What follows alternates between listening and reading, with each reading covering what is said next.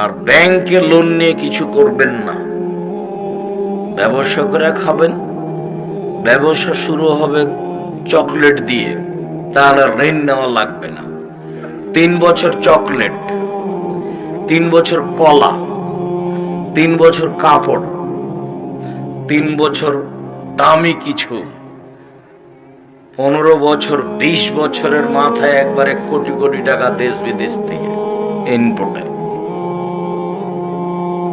তাহলে মোটামুটি 20 থেকে 25 থেকে 30 বছর লাগবে ধনী হতে। এক জমি 7 বার বিক্রি করে একদিনই ধনী হতে চাইলে হবে? কলিকাতায় হিরোইন কিনে ঢাকায় বিক্রি করলে একদিন ধনী হলে হবে? ওটা হবে না। জীবনে কোনোদিন লোন নিয়ে কাজ করবেন না, ব্যবসা করবেন না। যারা ব্যাংকে চাকরি করছে, লোন নিয়ে বাড়ি করেছে 5 তলা, বউ বেটি খুব খুশিতে কাটছে, বুঝতে পারে না।